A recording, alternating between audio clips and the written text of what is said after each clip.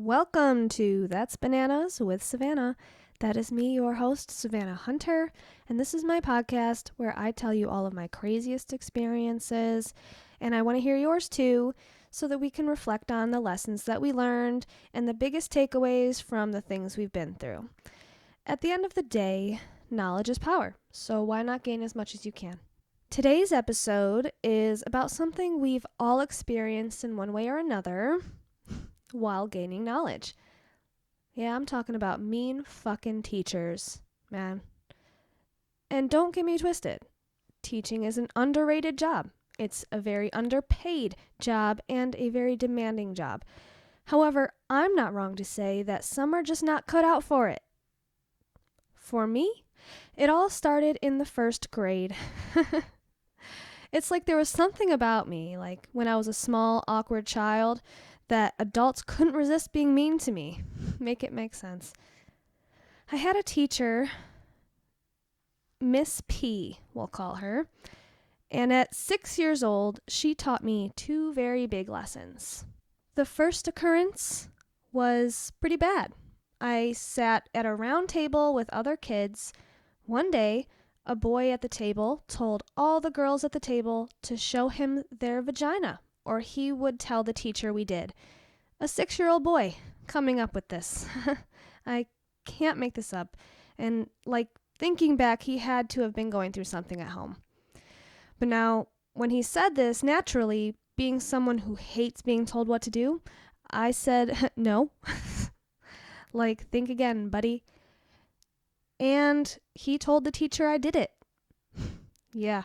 Miss P abruptly pulled me into the hallway, was very angry with me, and was trying to call my mom. I tried to explain what really happened, but she was just not trying to hear it. And it was in that moment when another student says, "Sarah's showing her vagina behind the books." Yeah, because the other girl at the table seen me get in trouble, so she did it. Disgusting, right? I, to this day, wonder how it was handled. I wonder if I'll ever find out. I could. I know these people. Maybe they remember.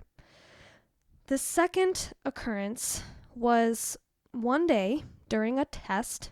I raised my hand because I needed to use the restroom. But Miss P bitched at me and said, "No using the bathroom during a test." I remember not understanding and trying to hold it, but I struggled with that pretty bad in general as a kid. But seriously, what is a test in first grade anyway? Is trace the letter H? What am I going to do? Cheat? Fuck off, I'm 6. So after the test, all of the other kids noticed the stain on the back of my khaki pants. Khaki pants, of all days. And I swore I had sat in something at lunch. I was very adamant about it. But everyone knew that I had shit my pants. But even Miss P was like, yeah, she must have sat at something at lunch. Honestly, she felt bad. She was like, oh no, what did I do? I got home and my mom was furious. She cleaned me up and asked why I didn't just go to the bathroom regardless of what the teacher said. And the answer was simple. Because Miss P scared me. She was not the friendliest presence. I called my mom mean, and she was like, "You want to see mean?" And she sat me down and made me watch Mommy Dearest. And if you don't know that movie, it's about a celebrity that I won't name drop because I honestly am not positive, and I don't want to be wrong. But it's a true story about a celebrity who adopted kids and was very abusive towards them, and it's a horrific movie. And just like a horrific situation because it's true. But she was basically trying to make a point that she wasn't mean, and I think that was pretty mean. She did end up calling the school and going off on everybody, and honestly, who wouldn't? How are you not going to let a 6-year-old use the bathroom? That's ridiculous. And from that day forward, I did not have to ask to use the bathroom for the rest of the year. They literally sat me down and were like, you don't have to ask, you just go. Honestly, my mom's pretty scary, so I get it. So, all in all, those are some early core memories. I basically experienced sexual harassment for the first time. I got blamed for it, which taught me a very valuable lesson about being a female in this world. And at that age, it was confusing and traumatizing. And I look back and I think about the things that boy must have been exposed to, and it taught me to pay attention to what children are saying with their behavior. Secondly, I learned to never deny someone the right to use the restroom. It is a human necessity. Yeah, it's that much worse when I was a kid, but at any age it's cruel. Most importantly though, I learned to advocate for myself. Some rules don't make sense. Question it. It's not a wrong thing to do, especially when it comes to your well-being. So thank you, Miss P. You were queen of misjudging situations, and thanks to that, I learned a whole lot at 6 years old. Oh, but then second grade rolled around. My teacher, we'll call her Miss N, okay? She was a crotchety old bitch. Wasn't the last one I had either as a teacher. And one day, a fellow student lost his math practice book. And I, at the time, was a messy kid with a messy desk. So she asked me if I had it. I didn't. Why would I? Well, my word wasn't enough for her. She took my desk and tipped it upside down, dumping all of my stuff on the ground in front of the whole class. And the practice book wasn't in there. Like I told you, bitch. Like, how humiliating. Honestly, all I learned from that was people can be irrational as fuck. And from there, I've had many teachers who weren't winners. Third grade teacher was one of my bullies. Fifth grade teacher would say 60 seconds when you would ask to use the restroom. Like, ma'am, now I'll take all the time I please. In the 8th grade, I was in art class. I was sitting next to a bunch of popular kids, including my friend Christina. I was an awkward, quiet thing in those days. So when the teacher started yelling at me for talking during a movie, no less, I assured her I wasn't. She was like, Savannah, are you going to stop talking at any point? And I was like, what are you talking? I'm literally sitting here. It was the group next to me being loud. So I assured her, like, it wasn't me. And the people next to me were like, yeah, she really wasn't talking. She was like, I don't want to hear any more about it. And you know what? You can come to lunch attention and you can forget about the field trip tomorrow. And I was like, what do you do? Like, I didn't do anything. Like, I actually started crying because the field trip was to the art museum and I really wanted to go. I was like, please, like I promise you I wasn't talking. And she just wasn't having it. So I didn't get to go to the fucking field trip and the kids next to me did. So justice was not served that day. In that moment, I learned that if I'm going to get in trouble for talking, I might as well talk. And look at me now. I never shut up. Thanks, Miss K. Now, what I want to bring up now is a deep issue. In my senior year, I took public speaking. It was my way of doing something out of my comfort zone to evolve as a person. Miss M had arranged a project where we would do legit interviews, like students taking turns interviewing each other and being interviewed. What could go wrong? Well, the whole point was to be legit. From the way you're supposed to sit to the way you're supposed to dress, all of it. At the time, I was living on my own, well, in my mom's friend's apartment, supporting myself on a Pizza Hut cook's wage. I didn't have nice clothes. I tried to go to the Goodwill, but it was difficult. Finding pants that fit me correctly is a life struggle that plagues me to this day. Sometimes I wonder if it'll ever end. So I did my best. I wore a pink sweater and jeans, which I know isn't proper, but I knew I would ace in every other aspect of the interview. So I was like, you know what? I feel like that's what's more important here. This is school. You know what I mean? Like, I'm not worried about going to spend money I don't have on nice clothes. Like, I'm not. So as everyone showed up to class, I felt real bad about myself. Everyone looks real nice. And I was just like, yeah, I'm ill-equipped. I am ill-equipped. During the peer interview, I felt the judgment in their eyes. I was really anxious, but I did a good job. At the end, we received all the written notes from our peers describing what stood out in our interviews. All I received was a pile of papers saying the same thing, not dressed for an interview. So I failed. I got a fucking 0. I failed. And I feel like all I wished so bad was to be understood in that moment. Like, could I have maybe done more? Looking back, yes, of course. But I was young. I was figuring out life on my own. I was going to school. I was working. I didn't really know what resources were available to me.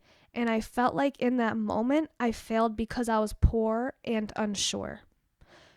Not because I did a bad job. I feel that Miss M should have thought about how some students might have circumstances that would make that project not as inclusive as intended.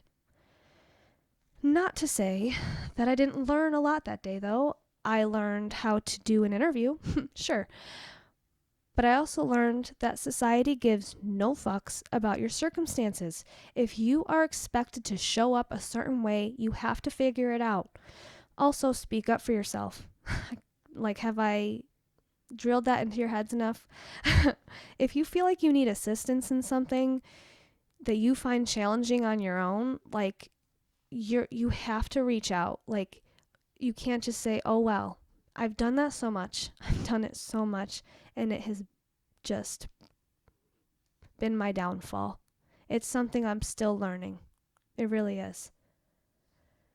But I guess all that just brought me back to elementary school when every year teachers would have kids do special projects on Mother's and Father's Day, which is so disgusting to me. Yes, parents deserve and love gifts of appreciation from their kids, of course. As a parent, I vouch for that. But not every kid has a mom or a dad at home. And coming from experience, it is soul-crushing to be sitting in class while everyone's so excited making a project for their parent that they have that they can go give it to, and you don't. And you're making it like, yeah, sure. I'll give this to the person when I see them. Maybe never. It's when you're that young, it's just like, that's a huge realization to be like, oh,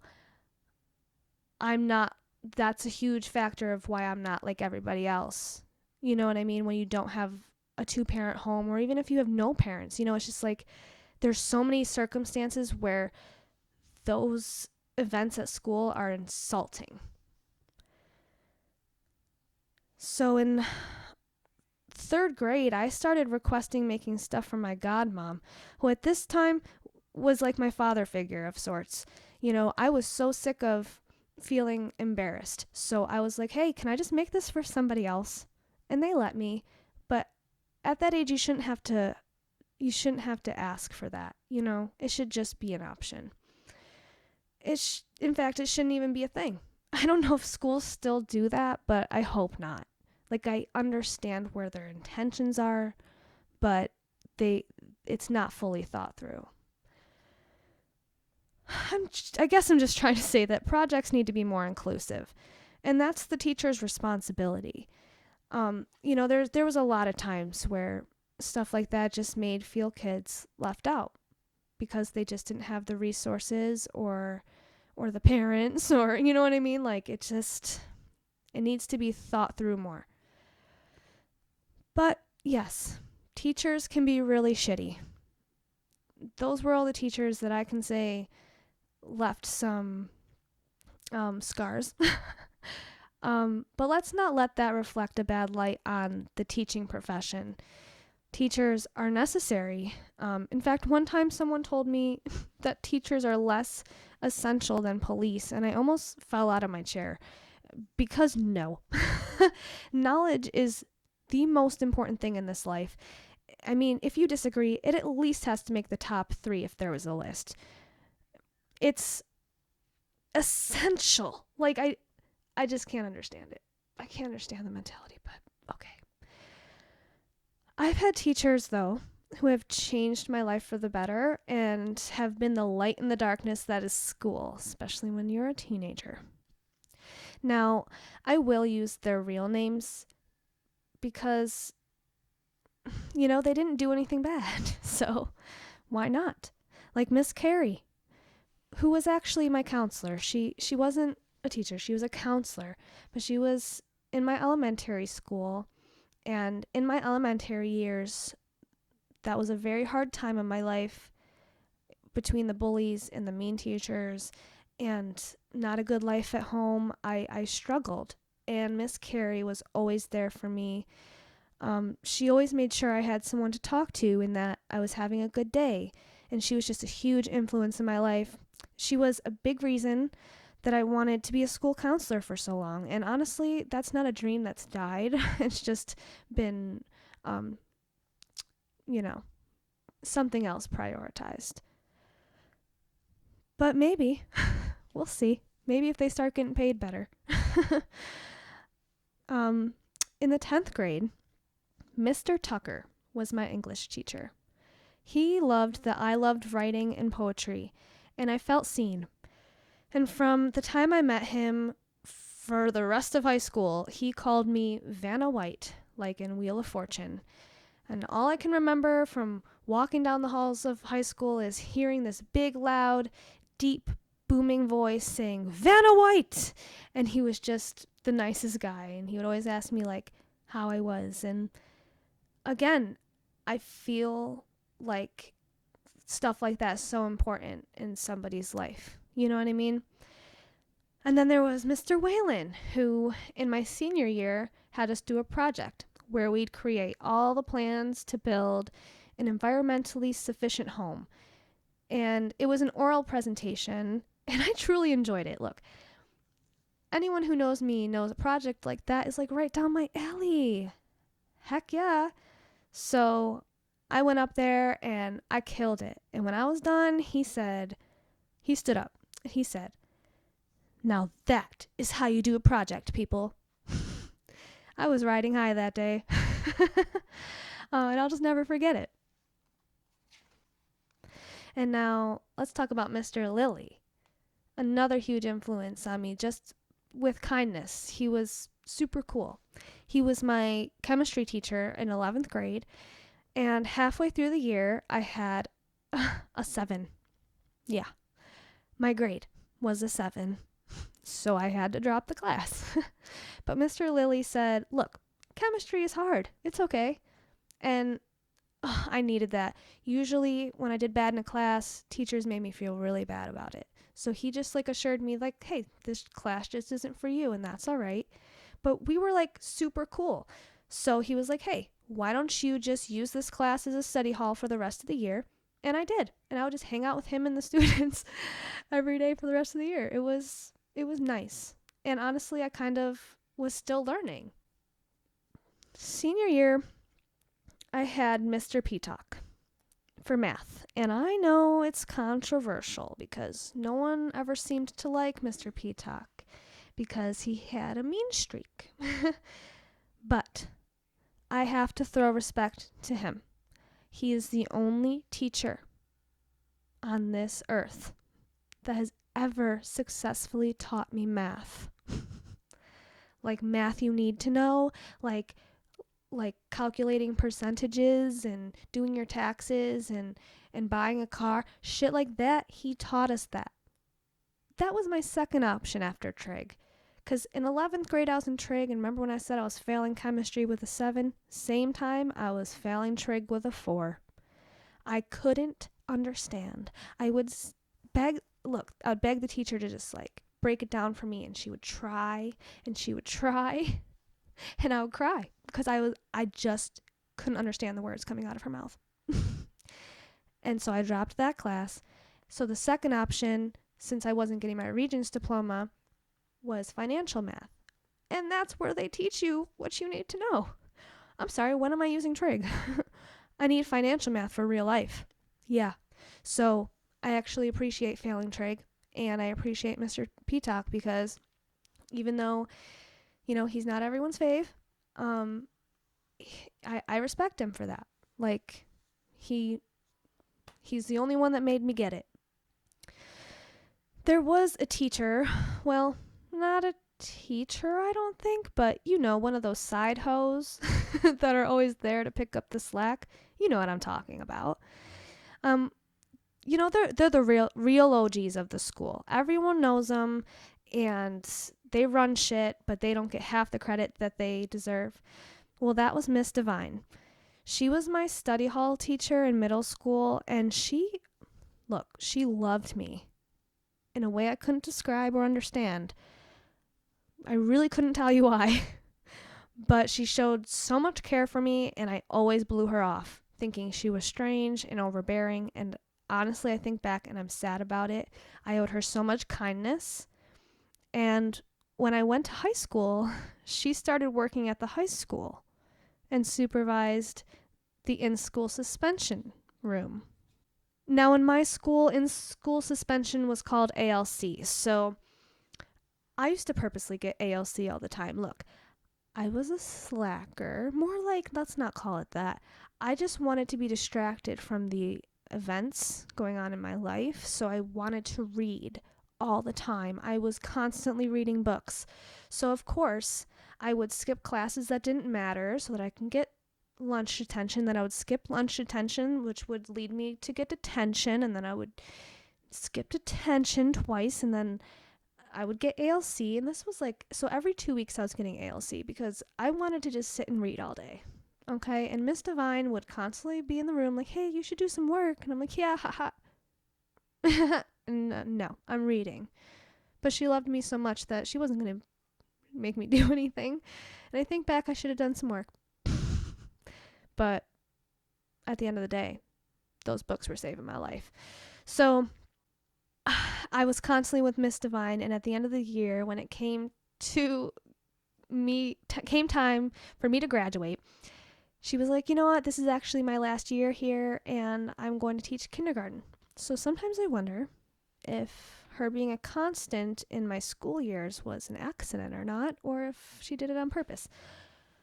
Not to be conceited and say that she did that for me. It's just, she loved me a little bit much. It was kind of strange. But again, I should have been nicer. Now, I really want to talk about two people that I owe so much gratitude to in my school years, and that is Miss Wilkie and Miss Riggs. Miss Wilkie was the vice principal. She was a tough cookie, and many didn't appreciate that. Now, many other people would use other words, but I won't, because I did appreciate her. Without her sternness, I would not be a high school graduate. 6 months before graduation, Miss Wilkie and Miss Riggs, who was my counselor, sat me down to tell me I was not on track to graduate. And I told them everything about my living situation, my depression, and how bad I was struggling, and they made sure I buckled down. They made sure I was getting my work done. They made sure I had basically a list of what I needed to do and that I was doing it. Miss Wilkie would call me into her office every week to ask how I was, what actions I was taking, and both her and Miss Riggs made sure that I got my grades up. And I would not have graduated without their support and concern. I really didn't care before they sat me down and were like, we want more for you. I was kind of giving up, I was lost, and I was just trying my best, and I thought I was a lost cause. And they assured me that that doesn't have to be the case, and that there are resources for me. And I will appreciate it more than they ever will know. To this day, I want to succeed one day and make them proud. When I think about my success, they come to mind always. One day I would love to just send them a card and say, hey, I'm not a piece of shit, and you have something to do with that. Because at that moment in my life, I was at a crossroads where I could have gone down a path that was much worse than the one I think I'm on now. I think the path I'm on now is so bad, but it's not, you know? Being a teacher is a big job because you have so much influence in a young person's life. When I went to college, I was homeless. Um, my car was breaking down. I was having a really, really hard time. If you guys aren't seeing a pattern yet,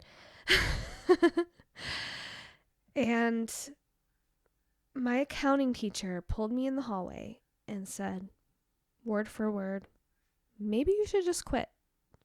Like an exact quote. Don't be that guy. Don't be that teacher. Like if that's the profession you want to do it to lift people up. Because although it may seem like people aren't trying, sometimes it's just so much deeper than that. So guys, that wraps up mean teachers, good teachers, people that have both influenced my life in different ways. But guys, I just want to be real with you. Like, it feels like it's been so long since my last episode, and this one is coming out later than usual. So I'm hoping to soon make this a weekly thing, but I guess since it was so new, I figured I would start at a slower pace, and I'm still just trying to work my way into it. So far, the amount of support and even controversy I've received makes me so thrilled. I have officially reached over 200 downloads, and it may not be a lot to many, but I'm proud, and I'm filled with passion, and I hope everyone gets to experience passion like this once in their lifetime. But I'd be lying if I didn't say that it was hard for me to sit and record. That's why this is coming out late. I've been really depressed, so I didn't want to have to pretend to be happy and be like, hey guys, and here's some lessons learned when I felt so lost. And I also didn't want to be like like, a downer, like bum anyone out, because that's not who I truly am inside. It's not. But I'd be lying if I said I don't get like that sometimes. I mean, I've been going through a lot lately, my whole life. Just if y'all aren't catching on at this point, and like I know so much of that has to do with my own decision making. Like my struggles stem from my own decision making a lot of the time. That's a hard pill for anyone to swallow. But there's so much also that is out of my control. And I get overwhelmed and angry at myself, and I shut down. Working endlessly on bettering yourself is exhausting, and sometimes you feel like you're not getting anywhere, and that's discouraging. But I'll tell y'all what I tell myself every day. You've got to scrape yourself off the floor and keep going. I'm working on that all the time. But as soon as I get my mind right again and break the family curse with Madame Zeroni, it's over for you bitches. No, but on a serious note, I can't wait to feel like myself. But I'm going through a change in like an evolution in who I am, and that requires a transition period. It's like being lost in a desert, honestly. Like all you crave in those moments is clarity. And it will come, but you have to find it by trying. You can't sit and wait. Sometimes it's really hard and it's really exhausting to do the things you need to do. And I feel like people don't express that enough, you know? But these moments in my life are important to me because no one knows everything, obviously.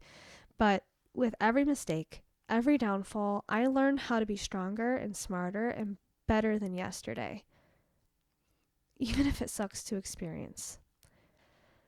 So I think the hardest thing I've been going through recently is my son is on vacation.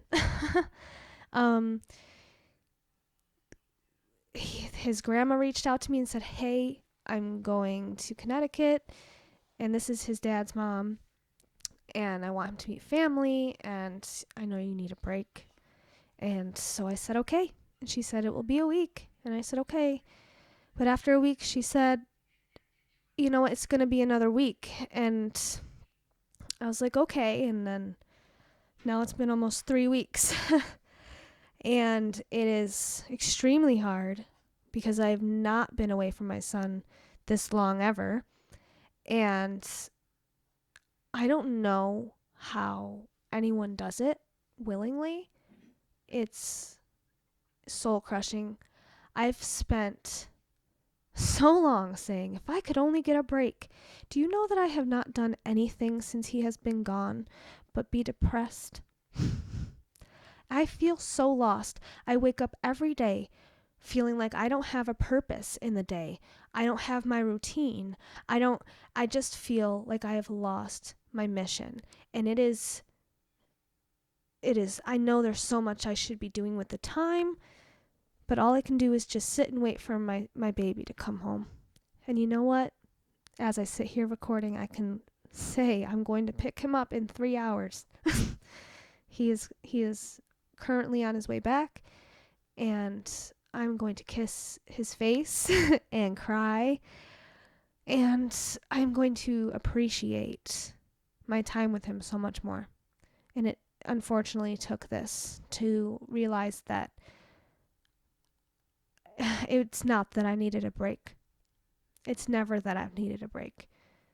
That can no longer be my excuse. I have to make changes to myself to make the things around me better. Because there's clearly something I haven't quite learned yet that is dragging me down. And I'm trying to learn it. Well, that's my spiel. I love you guys so much. Thank you for listening. Next episode will be about near-death experiences, so definitely tune in for that one. And okay, just to elaborate, it's like if this one thing went wrong, I could have died type experiences. And I'm going to have a guest who is going to tell an experience where, hey, I actually kind of did die. So it's got to be, it can go either which way. I feel like near-death experience can mean so many different things. That's why I wanted to elaborate. So I wanted to say, if you have any stories like that, please send them in to bananaswithsav@gmail.com, or any other crazy stories that you might have, send them in. I can read them on the show. And yeah, just don't forget to rate, review, and subscribe on all platforms. It helps me out so much with the stats, guys. That is how I get people to listen, is that kind of support. And also follow the pod on all social media, because that is where you will see all the updates. And seriously, thank you for all the support. It means so much when I get a text saying, "I really love your podcast," and it's genuine, and it means, it's what keeps me going. That's what got me sitting here today after feeling really shitty for the past 3 weeks. So it's stuff like that, and I appreciate it. So have a great day, and as always, stay chill and peace out.